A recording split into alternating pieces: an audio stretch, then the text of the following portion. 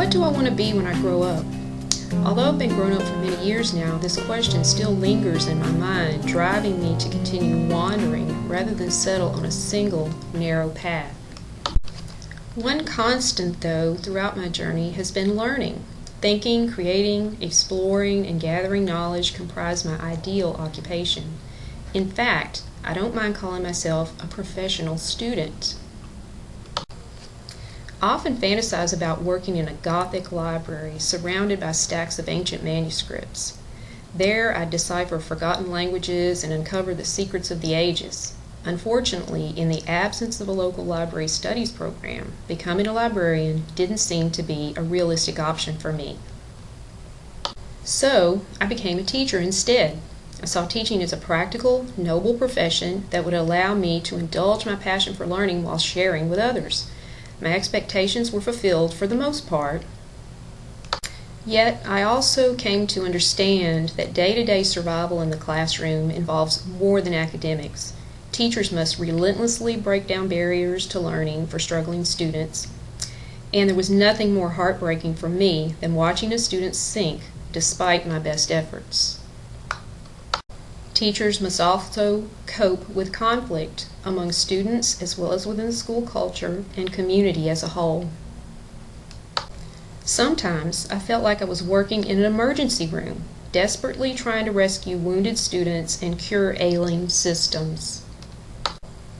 After nearly 10 years in public education, I began to realize many problems were beyond my control.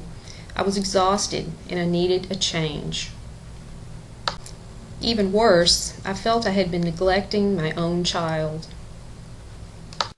I hated to leave behind a career I had worked hard to build. Nevertheless, in 2008, I decided to take another path.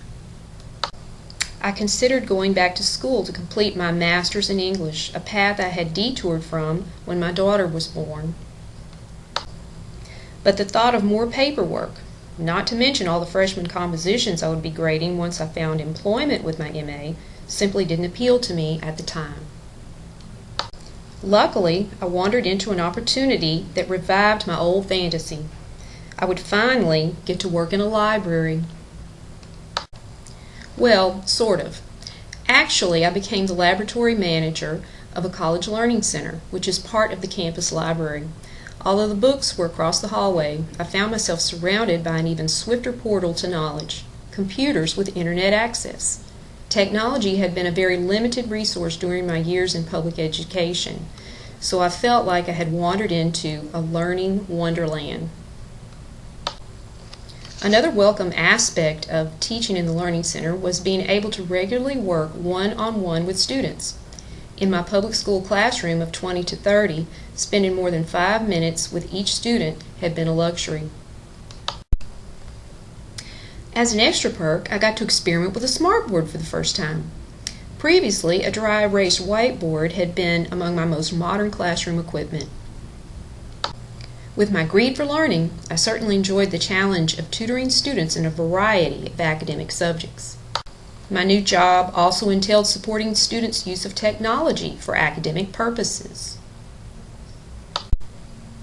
I've discovered a special calling in assisting and comforting students, particularly those older than average, who entered college with little technology exposure and consequently high technology anxiety. I remembered my own technology struggles only a few years earlier. Therefore, I've adopted promoting computer literacy as a personal mission. My colleagues and I support one another in keeping our knowledge fresh and our skills diverse. I credit my director, Tony, who has a degree in computer science, with helping me increase my technology skills even more since I joined the Learning Center staff. Gerald, our math specialist, who happens to be a retired engineer, has made brushing up my rusty algebra skills a breeze. Roseanne and Barbara, graduates of our campus who have joined the Learning Center staff, fill me in about instructors' expectations and the content of various courses. I particularly enjoy working with our student tutors who serve as role models and mentors for their peers. Jasmine, our campus SGA president, motivates others to take part in campus and community activities. Raj, an international student who first came to the Learning Center to improve his English, has shared his knowledge of chemistry and math with our nursing students. Kim, a student of medical office technology, has organized study groups for medical terminology. Brandy is an aspiring teacher.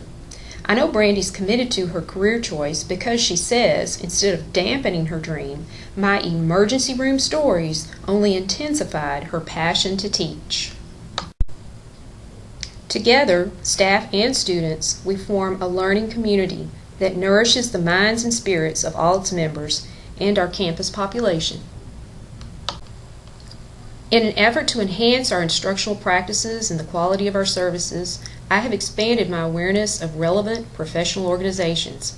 In addition to renewing my AFT membership, I discovered groups such as the National College Learning Center Association and Learning Support Centers in Higher Education that represent our specific interests, along with some others that can guide us in the best ways to implement technology for learning. Finally, I found a new field of study that perfectly suits my current professional needs. For the past year, I've been a student of Educational Technology Leadership in a distance education program. With each course, I learn new methods of personalizing and diversifying learning opportunities. After all, that's what the Learning Center is about, reaching every learner. Though I've embraced this new journey, I can't see clearly where it will lead. But a little fog doesn't bother me, as long as I can continue gathering knowledge and connecting with fellow learners along the way. I'm just content to keep on wandering and wondering.